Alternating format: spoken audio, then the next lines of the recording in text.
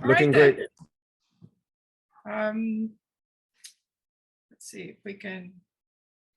Is there any way I can remove the video part?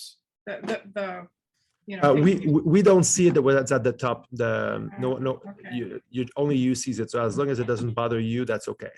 Ah, there. I mean, well, it was covering some of the text, so okay.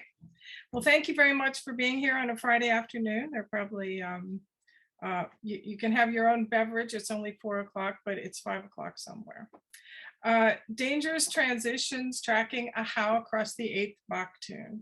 Kathy and I have had a long journey studying the 8th Baktun, and Felix has joined us relatively recently, so we're thrilled to have him working with us, and the PowerPoint is certainly going to be a lot better because the three of us are working together.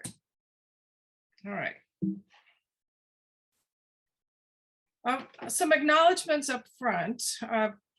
Some of you know all this, but just to review, there were, I've been involved with the Saros project in '93, and Kathy did her dissertation from that project.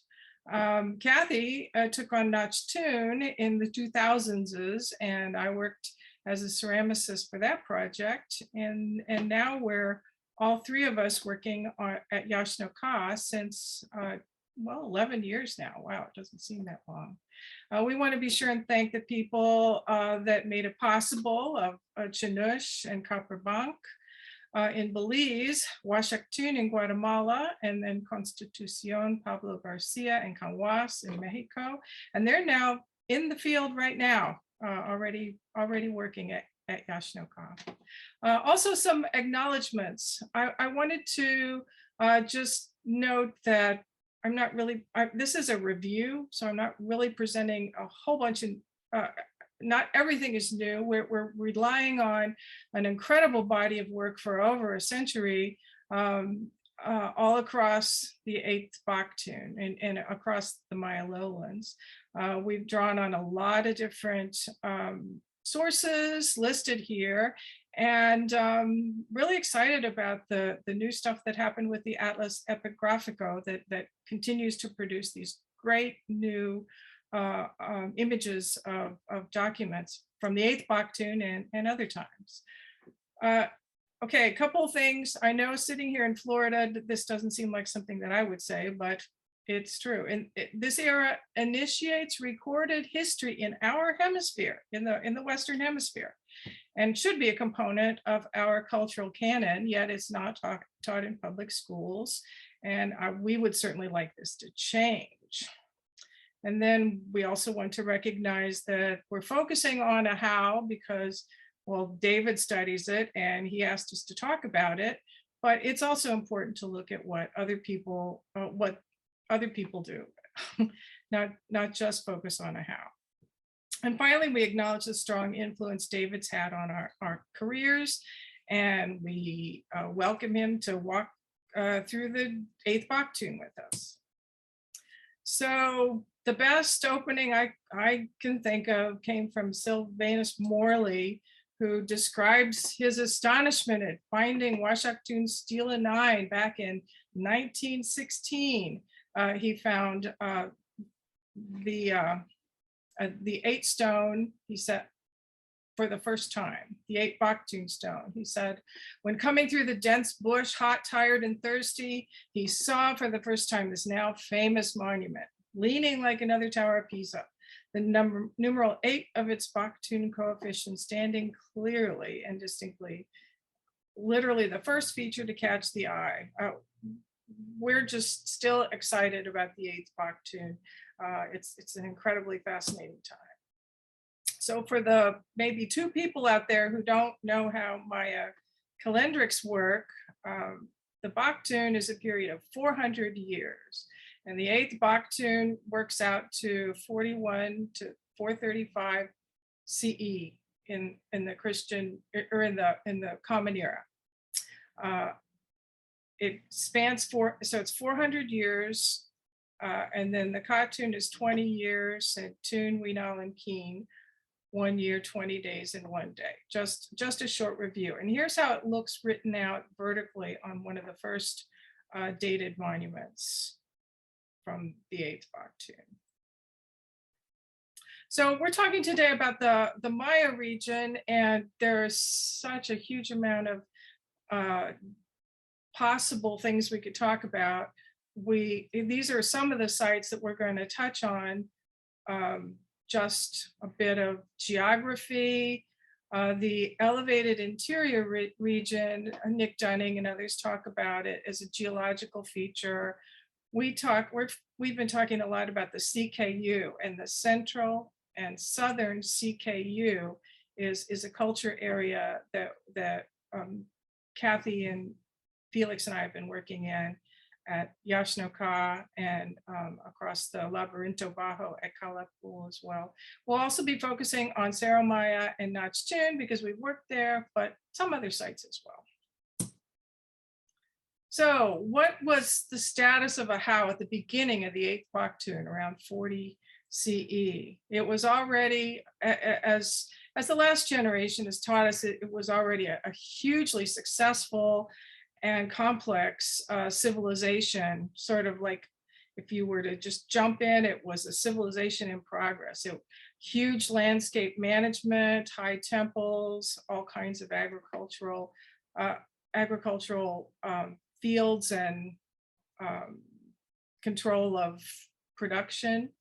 Standardized technology, really it's starting in the middle pre-classic, the end of the middle pre-classic and the late pre-classic, just one long sequence of standardized regional technology that in durable goods, including pottery, which as a ceramicist, I'm going to talk about that. And the population was nearing its peak during the 8th Baktun, or the beginning of the 8th Baktun. All the great things that we used to talk about as being associated with classic civilization, writing, painted and sculpted arts, Calendrics, they were already well established by 80000, and caching was already an ancient practice. We'll talk about some of those. And then just we're going to be looking at some small scale evidence that include the common things that you find archaeologically, some of which can lead us to evidence of Ajaw behavior. So we'll start, of course, with Saros. You will have seen some of these slides before, but not all of them. Saros from the air. This Saros is sort of the identity of a site. It's kind of a relic site of what things look like at the beginning of the 8th Baktun. The first generation of researchers included, this is the 1974 field crew, included David, or run by David's project, ran through 1981. I came back in after I finished my dissertation and worked at Saros for a short time, took a detour into politics, which lasted a decade and a half, and then started up the third generation of research. When we got the materials from the Saros collection moved to the University of Florida campus, we ended up with already 3 PhDs. Jeff Badala and Ashley Sharp defended in 2016, and Lisa Duffy defended in 2021. We have LIDAR happening right now. So things are still going on with the Saros project, and I'm waiting to see what the next generation of researchers plans to do there. Here's a map of the site core. Really, it's also a map. It's an historic picture of what it looked like at the beginning of the 8th Baktun. One of the features we'll talk about today is what Kathy's called the 8-house configuration, Kathy and others, which was designed and built as a single entity. And these seem to be associated with the 8th Baktun wherever they occur. 5C is the famous Masks building. Of course, early on, the first thing that was actually built here was a dock. There was a waterfront village and a burying ground along there. And then, so this marks the beginning of the 8th Baktun. structure 4, a cache or a termination deposit at the top of structure 4 marks the end of the 8th Baktun, or the 9th Baktun celebration, which Jeff Vidala did the radiocarbon dates, and it's right at 435 for when the site of Saros was terminated. So what kind of things, Mark, can we get, what kind of things can we access to get an understanding of how in the 8th Baktun? One is the use of graffiti. The late PreClassic pottery tradition didn't have a good surface for painting on, but we do have examples of individualizing specific vessels using graffiti. These are two sample examples from Saros. These two come from Kolha, and more specifically, I know David talked about these back in the day when they were originally excavated. They're little Ajaw masks. This one perhaps a flayed face, but definitely Ajaw glyphs, and some other iconography that perhaps goes beyond the point. We're just illustrating that one of the ways at the beginning of 8th Baktun that people talked about Ajaw was through naming specific vessels, giving them specific identities. Saros Cache 1, you heard about that last night. This is a kind of a composite of everything that I've been able to photograph at more or less the same scale. So you can see that this gigantic Savannah back Usulatan bucket, it's just a beautiful vessel, is fairly substantial. The drinking mugs are smaller, and they each, these are, most of this material is in Belize in Iowa storage. But these are all sort of photographed by type. David talked yesterday about the mirror. Here's what's left of the mirror bits, and a square piece of ceramic backing that may have gone with the mirror. We also have these kind of curious bits of pottery which are worked. They don't fit back together. We don't know. Those are also in Belize, so we haven't really spent a lot of time on them, but they're still kind of obscure as to what that might mean. Cerro Miles Structure 5, very famous, but very few people know about 5C First, which is illustrated here. The outer building that carefully covered 5C Second, where the glorious masks occurred.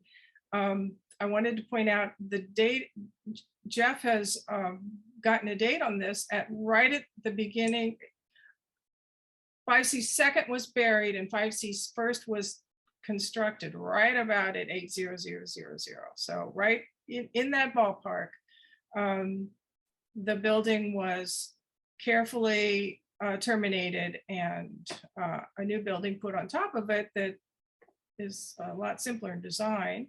Just to note from the side that the masks almost didn't survive weathering and stone robbing. And I was able to take this wonderful image of the IOA's reconstruction. So the masks are actually a little farther out than the real masks are behind. So these actually stand out a little farther than the original masks.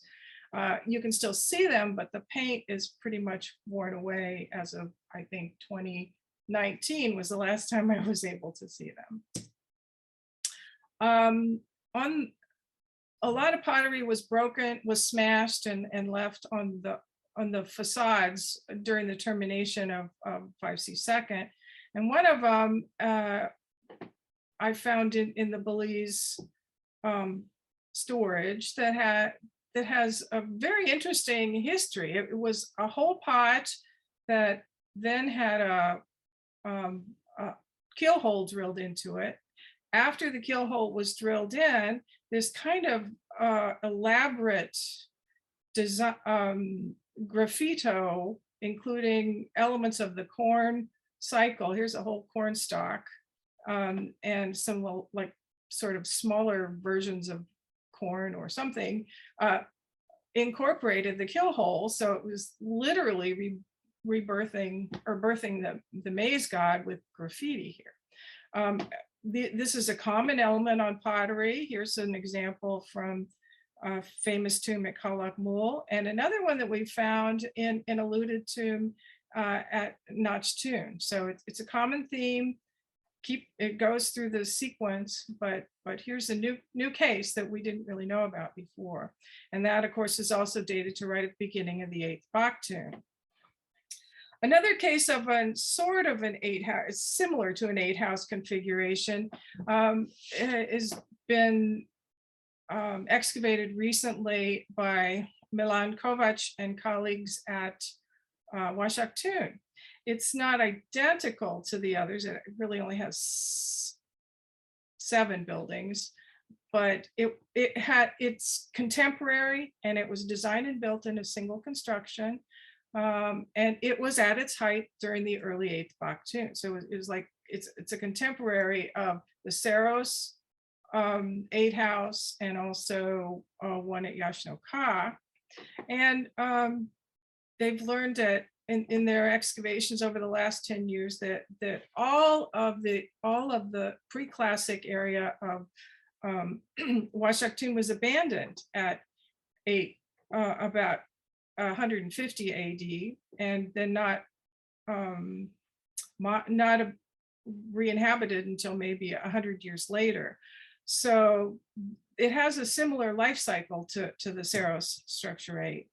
Oh, and this little building here held the famous bloodletter cache that Kovac and colleagues excavated. These are all greenstone, beautifully made artifacts, and they feature a glyphic text that probably names a Washington and how.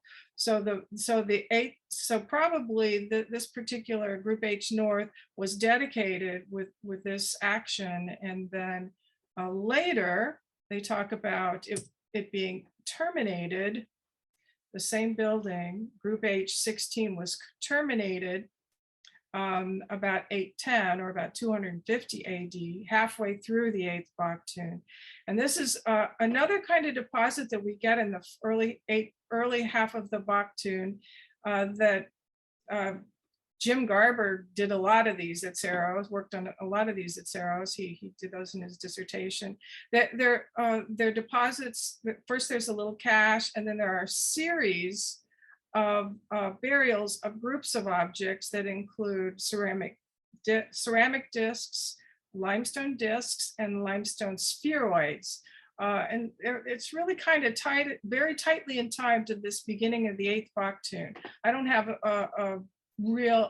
a clear interpretation myself of what the whole thing means, but the discs probably were plugs for beehives made on tree trunks, and those have been reported in multiple articles. There's one from Nakum that Jarek Zralka has reported. So this is another kind. This is probably associated with a fire, lots of ash involved. So some sort of fire shrine that closed out the whole Group H complex, after which they moved up onto the outcrop in Groups A and B. Another example, of course, this is the late classic version of Decals north across Acropolis, but there was a similar kind of 8-house structure around the same time. And right here is the location of Burial 85, the founder, probable founder, Yasheb Shok. We'll also talk later about Yaxuna's burial place and a cache that he probably laid, and then his son Siakan Kawil. We'll talk about those a little bit too. So again, the beginning of the 8th Baktun, these beautiful late pre-classic, terminal pre-classic vessels. Here's an example of a graffito. Here's a beautiful composite vessel just at the height of the discipline. They've been making pots that way for 800 years. And Uzlatan, kind of a newish design, and an incised censer bucket from somewhere else. These are, of course, the jade mask. These are an early example of a real tomb for a ruler, a collection of objects that belong to the tomb, belong to the ruler, and obviously Ajaw quality material. So about 150 AD, everything kind of went belly up. And there were a lot of sites were winners and a lot of sites were losers in this particular event. Nick Dunning and colleagues have talked about the instability of the water supply, and that folks, especially up here in the central karstic uplands where there's no surface water, had a rougher time, and cities maybe along the rivers were less impacted by a climatic event that kind of ruined things. However, you see that people didn't move too far. A lot of folks left El Mirador, but Nochtun really started at this same time. That there's like a very late pre-classic component there, and then it takes off in the early classic. So people didn't go far. So you can't just say that environmental change made it all happen. So what was Yaxuna like? Yaxuna was probably at its maximum about just as the climatic event hit. And so Yaxuna is another one of those slice of in time places where we have we're at 15 and counting triadic groups associated with the pre-classic, and a long history. Helena has some pre-Mammon potteries that's like back to at least 800 or 900 BC, and then continuous occupation widespread around these bajos. I want to point out one excavation at Grazia complex, one of our 15 triadic groups. Veronica Vasquez has excavated at Grazia complex since I think 2017. She uncovered a very interesting altar that's associated with sort of the late with this same time period, dates from 7 to 220 CE, right at around 8-6, right around 810. And this particular altar is sitting on a 3-stone hearth, or 3 stones. It's supported, the altar is sitting on top of 3 stones. Here's the hearth that was dated, and it's the latest in a long series of hearths that goes back at this location, probably back to pre-Mammon and possibly pre-ceramic. So there was a long history of making fire shrines and not a lot of pottery to speak of. So we were very thrilled to get one small plain Sierra Red cash vessel in this particular deposit to help date it. So another thing that happened in the middle 8th Baktun is a whole new medium for expression.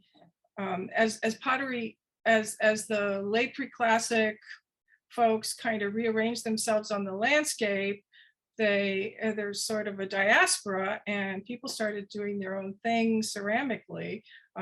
What's been called the Protoclassic or the terminal pre-classic is just a period when people do a lot of experimentation. They change the slips so that you can paint on them rather than incision. So where like the J scroll incised on as a graffito on one pot is now painted. So it's a whole new way to tell people things. It's a whole new way to express messages and create identities for vessels. So this one from one of the collections of protoclassic pottery at Holmul has a bowl sort of like this with exactly the same iconography, like a dinner set for an individual. So we're really looking at individual identities in ceramic vessels. So this was a medium for painters. It's not new to the Maya. Obviously, they were painting murals far back into the pre-classic, but pottery had the advantage of being portable, collectible, malleable, and the message was literally baked in. And a vessel could be killed so if a vessel has a specific identity and then you kill it, then it's very personalized rather than just a red pot with a hole in it. So there was an interest in identifying individuals in history. Another component with the mammiform tetrapods, several people have talked about this particular vessel in a time of water crisis was invoking Ixchel, the rainbow, the water cycle. I think it's Lagunita, where there are images of Ixchel painted on the caves. So there are lots of mammiform tetrapods in ritualized context and collected, distributed. I think a lot of people were trying really hard to get the rain cycle back in gear. You find slightly later or contemporary or slightly later in the 8th Baktun, people start really using painted surfaces to define the whole world, the whole cosmology, the whole cosmos, but specifically the watery world. So you get some really beautiful images taking advantage of people's interest in the water cycle and maintaining a good place to live and work. I put this sort of one of my favorites from the coastal side of Oshtanka, which is on Chetumal Bay. Here's a fish plate. I wonder what they served on that. You know, some of the iconography is very complex, but sometimes it's just, you know, they ate the striped mahara from the bay, put it on that plate. It was that simple. That it was a very clear way to connect to the world around you. So a lot of people are speculating, well, what if it wasn't just the environment, was Teotihuacan involved in some of the population movements between 610 or 66 or 86 and 810 or 811 in the mid 8th Baktun. There's a case at Altun Ha that some had suggested it was as early as maybe 150 or 200 AD, but the occurrence of a single polychrome basal phalange bowl makes it more likely that it was closer to 250, still before Teotihuacan becomes a big player. But it was also, and the evidence was green obsidian from Teotihuacan, but it didn't continue. There was not a continuing relationship. Again, it's probably an example of during the diaspora, individual rulers choosing partners to trade with, making relationships, reestablishing some kind of order after the collapse of the late pre-classic order. Similar case at Karakal may be associated with the founding of the dynasty there in 331, but it's a sort of a single case, in this case, a cremation burial with Teotihuacan material. So there was contact, was not necessarily sustained, or it was sort of like perhaps equal power, not an intruder sort of a relationship. Dick Adams reported a case from Rio Azul, but I think it's later than the time period that we're describing, perhaps in Tzapal 3, after the end of the 8th Baktun. Webster and Ball recently reported some fascinating new stuff from Baktun.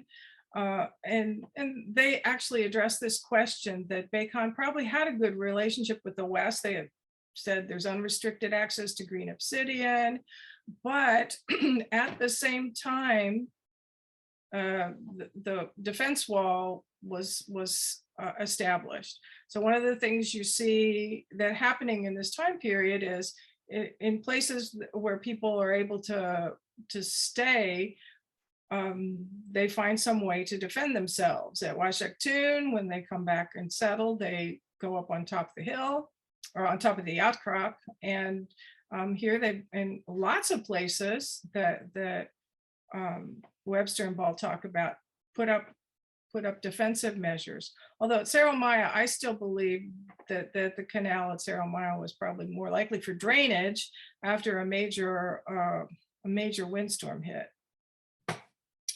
And here is the time period that we're talking about. All of this from Webster and Ball in their recent 2021 article. Again, fascinating case, but it doesn't seem to be that Teotihuacan was an overlord. It was more an alliance or trading partners or whatever. Baktun was maintained its defensive wall throughout the Classic, and it was a stop on the road that went from Laguna de Terminos to Chetumal Bay. So at Washington, as I said, that they figured out there's a hiatus, 8.6 to about 8.11. And if you look at Group E, the return is marked with a burial, the La Reina Espinosa, who may actually be a royal burial, sort of the ancestral lineage of the prior Washington dynasty that had left. And these early stelae, if you know, they have this is at 816,000 Washington stele 8 excuse me, 18 and 19. They have captives. So Washington had a dynasty in power by 816, and they were autonomous and able to take captives. It's notable that they're one of the few places in their defensible position they were able to mark the 9th and 10th Baktuns from this defensible locale, but they abandoned the lowlands of the pre-classic site. So Decals Stela 31, pretty famous. Probably don't need to say a lot about it. It's just an incredible, awe-inspiring monument. If you haven't been to Tikal, you should go and just stare at it for a while. It's quite an amazing monument, produced by this guy, artists for this guy, Siakan Kawil. His father pictured on the sides, and it pretty much spans the 8th Baktun. It ends a little after the beginning of the 9th Baktun, but it's dedicated just at the beginning of the 9th Baktun. Then it has a series of Katun histories, a couple of peak events talking about a major regime change when out with the old and in with the new regime, and then sort of the ruler's personal history at the end, Siakan Kawil's personal history. That is like one of the original sources for a lot of the studies that have, you know, people come back and check it against the Tikal monument, because it was one of the first ones, first and longest texts. So when we're talking about texts, there are a lot of occasional retrospective texts, a few that retrospectively talk about the 8th Baktun or nearly there, but they're much later. And it looks to me like they're probably looking back in time, this case at Polebash, which is the subsidiary of Zibanche, they're looking back in time for the authority to take captives. So there's a certain autonomy that goes with being able to take captives, and I think they're using the history to look back. They're using historical accounts of their ancestors and saying, well, we can do this as well. At Copan, a couple of cases at Copan, Bill Fash has published these. One of them talks about, well, and several of these talk about events in the range of the 8-6, the climatic event in the early 8th Baktun, and reference the same places, which there is disagreement on exactly what to call them. But 159 CE is also about the time that El Mirador is collapsing. So in this case, they're referencing that particular time. Here, they're going much farther back into the pre-classic and referencing, but the same places mentioned. So I'm not going to get into the epigraphic arguments for that, but it's what Felix calls the Copan origin story. Another one at Pissilha, also from southern Belize. Note the captives again, and this one is going back to 86000, the same time period, probably borrowing on the Copan story, but again, they're taking captives. They're saying we're autonomous. Maybe we're going back to the time when so-and-so took a captive or whatever, but that's a source of authority for the classic, for further in the classic era. Then finally, after past references, we get to like sort of present images. What do kings look like on documents that were contemporary with them? Here are a couple of early ones from the Tikal area, the famous Stela 29, and a nearby space. By the end by just before the main event of the 17th Baktun, you finally get sort of the ordering of text and histories into cartoons or 20-year periods, and people start marking those with monuments. So that's already established. You can see that Chok at the king of Tikal, who's soon to lose his life, took captives. He was autonomous. He was able to take captives at 817,000. And then the main event happened. One of the reasons we know this is the main event is because 1,000 years later, 400 years later, Hasao Chankawil has these carries these bones to his tomb that describe the dates of the entrada. It includes a spear thrower owl, also known as Hatsum Ku, and Siakak, two characters that we're still trying to figure out even after all these years. Right, don't want to get too involved. Along with the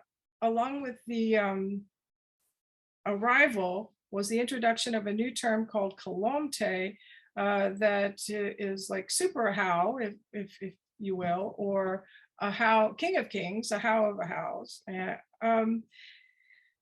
And it wasn't used, and it wasn't used before 378, although it was used retrospectively, but the documents date later. Like on Stela 31, a later king calls earlier kings Colomte, but it wasn't really invented in the script until 378. There's an interesting lead up at El Peru and Nachtun, where El Peru, 8 days before the main event, declares that Siakak appeared, possibly at the Wingtana specific location, and that he's Colomte, and it mentions the Colomte Siakak.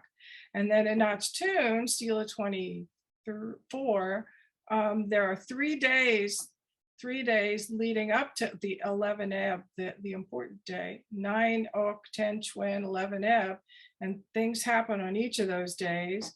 But the important note is that the Sutsahow at Nachtoon is a vassal of Siakak. So it mentions on this monument that he's subordinate to Siakak. So regime change happens, is described the date 11 Eb, January 13th, 378. Siakak arrives with the Western God, and at the same day, Choctaw Ichak dies. And then 17 years later, he's interred at what likely is Mundo Perdido in PNTO 19, along with Stela 39, which included his a captive. So his ability to take captives was buried along with him. This is a major event that had repercussions throughout the lowland Maya region. Not so much the shift in the dynasty at Tikal as the shift in a lot of places, and a lot of places declaring vassalage to Siakak. Along with the regime change at Tikal, the new ruler was only 6 years old, and I think these images of him, show that he was a child.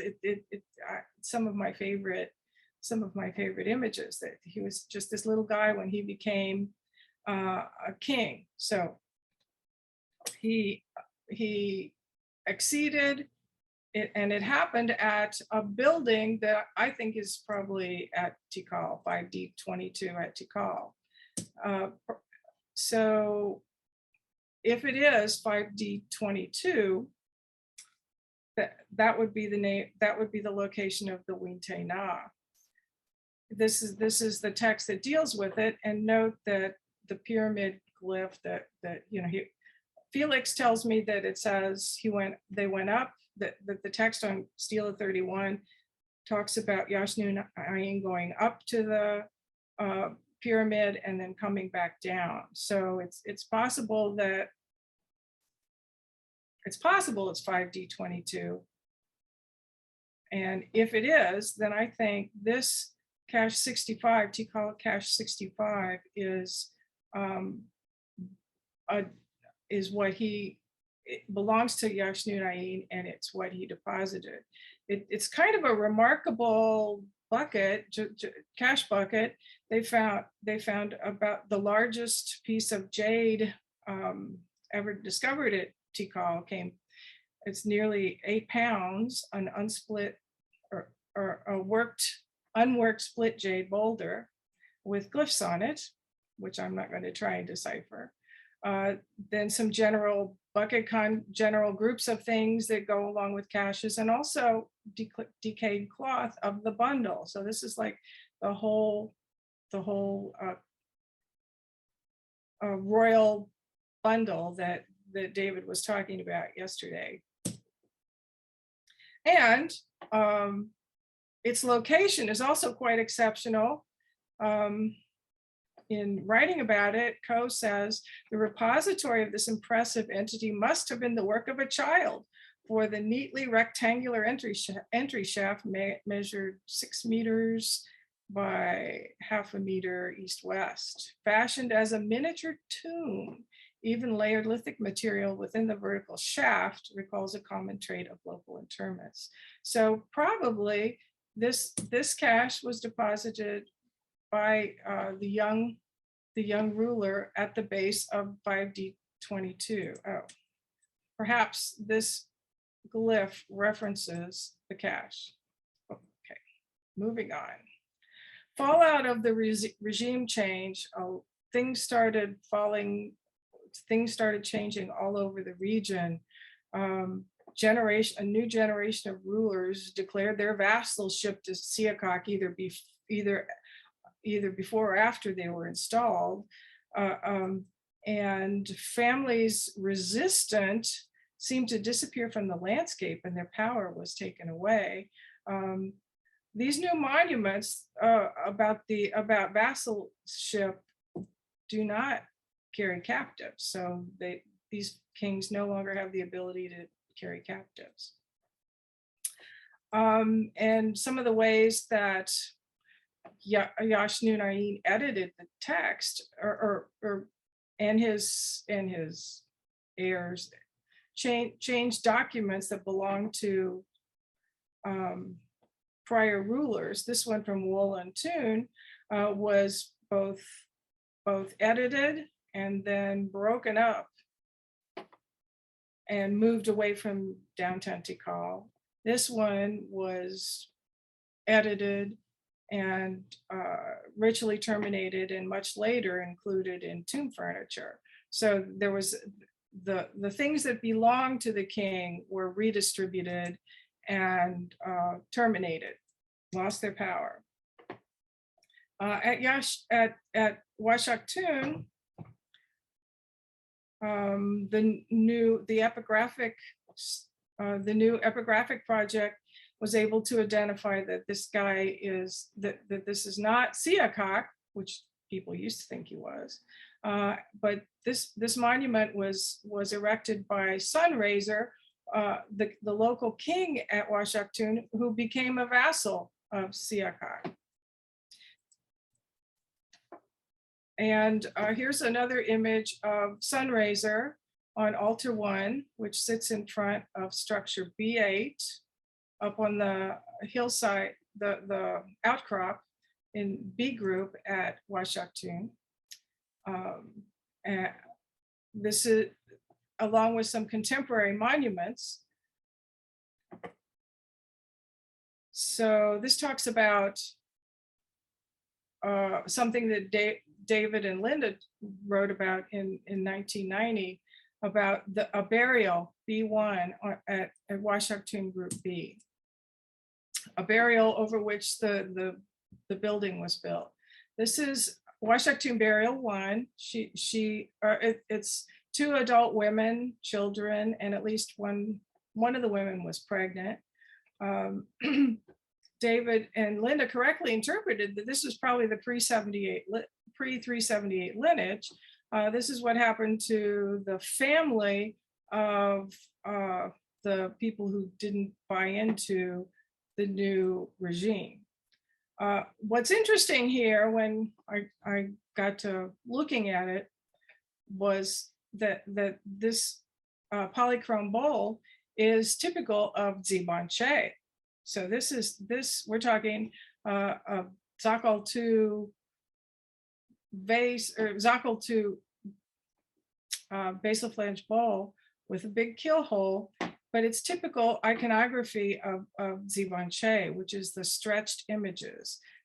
Zibanche, meaning that it's possible that the Washakhtun lineage pre-378 was close to what was in a relationship with Zibanche, perhaps even a Zibanche woman came early on to restart the dynasty at Washakhtun. It's still hard to say. Well, what's the evidence for these stretched figures? A little bit about the East. This is each cabal, the late PreClassic site, giant site that controlled a lot of the East Coast of just north of Chetumal Bay, and probably controlled Saros as well, although David and I don't necessarily agree on that. Some of the images from each cabal, as well as Santa Rita Corozal and Zibanche, are Patrice Bonafou has talked about in his dissertation, are like representative of a place of power in the East. So these images appear on with the Stillwater Monster, that they appear on vessels from the mid to the late 8th Baktun. So it's probably associated with a ruling lineage. Another version of images comes from, this one's from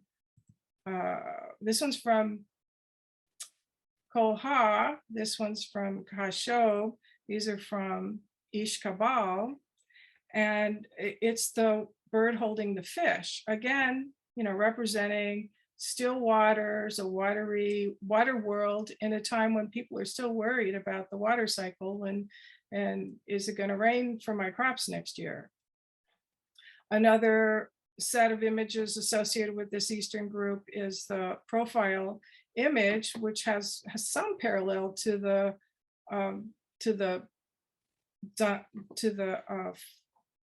captive figures at Zibanche. The earliest date on the captive figures is 480, but it appears that they maybe never actually lost the ability to take captives, and maybe they were somewhat autonomous and not necessarily involved in everything that was going on in central Petén. It's not to say they didn't take up some Teotihuacan images and mural paintings, but it doesn't seem to be, it seemed to be more of an equals relationship with Zibanche. They were very powerful in the late 8th Baktun, and responsible for controlling a huge cacao producing region. I think that was the source of Zibanche's wealth at that time. All right, Nachtoon, and we're coming to a close here. Nachtoon had just really wonderful stratigraphy, lateral stratigraphy. This is the PreClassic Center, the early classic walled compound built for post 378 kings, early classic E group, and then late classic. So it was really easy to identify the PreClassic components. 3 monuments have been sort of studied. Three textual monuments are from right here, building 1. Kathy in 2005, I think it was, with Martin Rangel, discovered Monument 26, which it was edited. It's a beautiful front of a monument, but it was edited. And on the back, all the text was chopped off. So we don't really have text for it, but it's certainly a beautiful image. Clearly contemporaneous with the post 378 world. There was a burial associated with it. The burial dated right into this time frame, the end of the 8th Baktun, but the fire hearth associated with the burial of the stela itself dated much later, to the advance of Kalakmul actually into the region. So but this particular burial of 2 neonatal infants probably is possibly associated with another one of those families who maybe said no to Siakok in the Entrada. Maybe another one to join the list of families that losers, or families who lost power at that time. This is just an image of the northern entrance of Yaxuna, which has, of Nachtoon, which has 3 meter tall stelae with an 18,000 date on. So we're really talking about when Nachtoon was established. It was immediately after, as an entity, was immediately after the 378 event, the 817 event. It became independent. So mortuary patterns of fallen regimes. I wanted to mention course, we know about Choctaw and his family. Then the Washaktun case in B1, possibly the Nochtun container burial, and also Michelle Rich's Mirador group at El Peru, which I'm sure we'll hear more about later on. These are all examples of women and children being buried collectively apart from principal rulers. The burial locations were peripheral to later power centers. So like at Nochtun, they moved physically away from that space. Some were buried with these beautiful Tzakal polychrome vessels mirroring their powerful lives, but there was a disjunction there. The old regime was sometimes later revered. The one case at Wollongton, structure 486, is really impressive. There was a huge deposit of censers dating to the Middle Classic that followed, that may be an example of a similar kind of thing. The point is that a lot of families lost, a lot of dynasties lost out after the pivotal event in 378. Then we talk about the CKU, the area where we work. There was kind of a line of dates where a bunch of sites blinked on between 816 and 90000. A bunch of sites started erecting monuments and talking about their histories and establishing relationships. So this area really picked up right after the 378 event.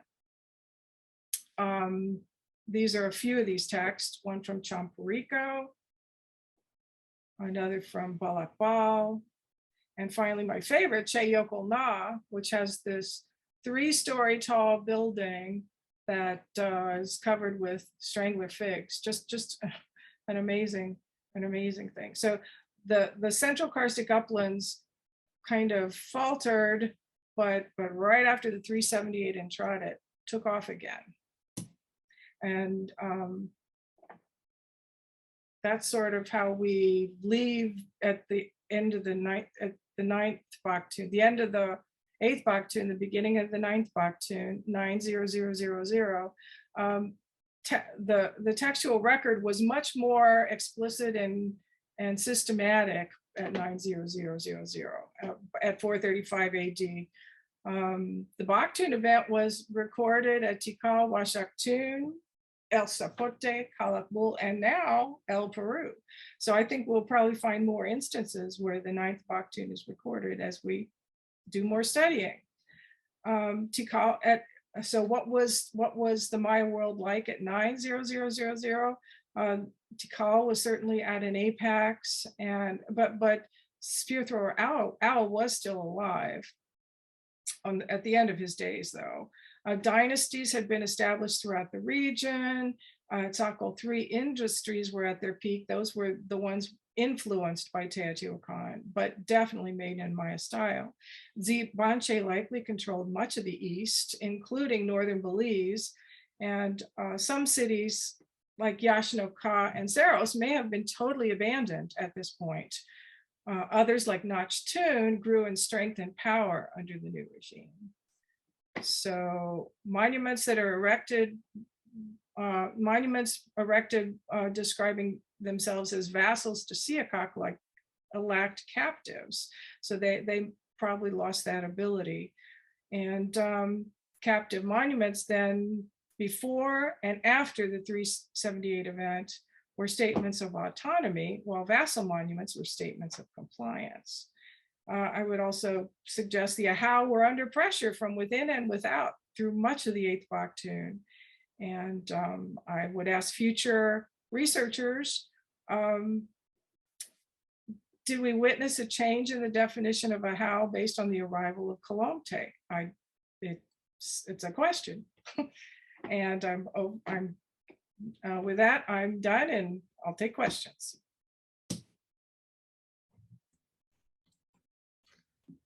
Hi, Debra. Thank you so much for your presentation. I'm here with David. Hi. Hi, David. Hi, Debra. Thank you very much, Kathryn and Debra, for this magistral presentation. Very much consistent with what you have both been working on collaboratively for Baktun, roughly, in my experience, and really very worthwhile. I'm going to leave it to others to ask questions, but I would merely observe that I am impressed with the evidence you're marshaling that there was a significant change associated with this era. It is a controversial proposition that there is such an era as the Entrada, as it is called, of Siakak, but I think you make a case for it, and I would observe that Waka has no monuments with any captives on them. Just something to keep in mind in light of the patterns that you're tracking on. Thank you very much, and I will open to questions. Yeah, so we don't have too much time for questions because we're over a little bit, but we have time for one, and that's great because we have one question that's been asked already. So we'll go with Ed and Brina are wondering, I think, something that you will be able to comment on, Debra, which is that were the decorated 3 4-legged pots wheel, thrown, or built, coiled, or slabbed? If you could comment on the fire on paint glaze technology. Okay. The Maya did not have wheel technology like you think about it in the old world. They had sort of a whole slow wheel, which was, kind of, they just moved it around with their hands or their feet. As I'm not sure, tell me the rest of the question again. So it's 2 questions that I kind of sandwiched into one. The other one is, were the painted ones fired on paint glaze or painted after firing? Okay, yes. So the Maya did everything. Sometimes they painted after the fact, sometimes they painted, but the ones that I showed in this presentation, they were, there was an underslip, and then they were painted, and then they were fired. Wonderful. Thank you so much, Debra, for this presentation, and Kathryn and Felix. And